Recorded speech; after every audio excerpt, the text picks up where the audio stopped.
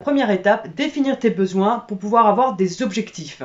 Hey! Pour commencer, déjà, je vous souhaite à tous une bonne et heureuse année, donc 2023, puisque je ne vous ai pas encore présenté mes vœux pour cette nouvelle année. Et donc oui, je suis de retour. Et aujourd'hui, nous allons parler justement, je vais pas dire bonne résolution, parce que je veux pas que tu prennes des bonnes résolutions pour cette nouvelle année. Enfin, après, chacun fait comme il veut. Mais moi, ce que j'aimerais t'aider à faire, là, savoir ce que toi tu as besoin et les objectifs que tu aimerais avoir pour cette année, donc 2023. J'aimerais que tu prennes un petit carnet, un petit cahier, quelque chose de sympa sur lequel tu n'hésiteras pas à revenir.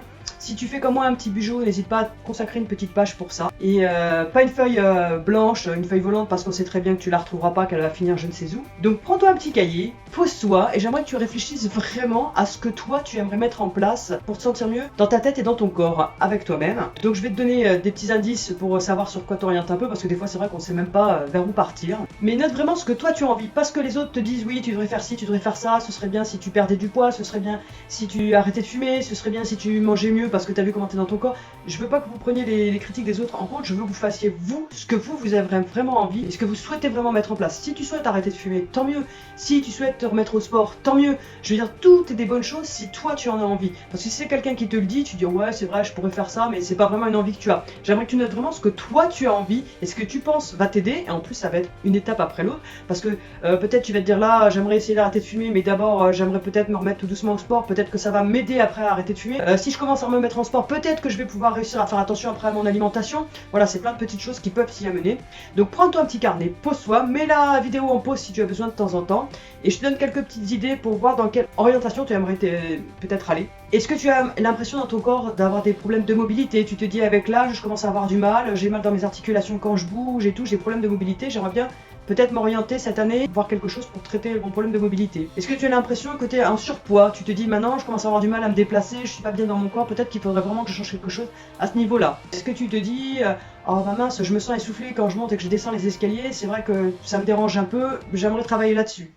Est-ce que tu te dis, tiens, c'est plutôt au niveau de la force, je remarque que quand je porte mes courses ou quand je dois déplacer quelque chose, je manque un peu de force, j'aimerais travailler là-dessus. Ou est-ce que tu veux aussi faire attention à ton alimentation? C'est pas forcément pour perdre du poids, mais parce que tu sens que dans ton ventre, t'as des problèmes digestifs, tu sens qu'il y a des choses que tu tolères peut-être moins bien que d'autres. Ou est-ce que tu as l'impression aussi, comme on dit souvent, de manger tes émotions? Du coup, il y a quelque chose, tu t'ennuies ou tu te sens pas bien, donc du coup, tu te jettes sur la nourriture, et ça, tu aimerais essayer d'y remédier. Le sommeil, est-ce que tu as l'impression de pas très bien dormir? Parce que tu aimerais aussi voir qu'est-ce que tu pourrais améliorer pour ton sommeil.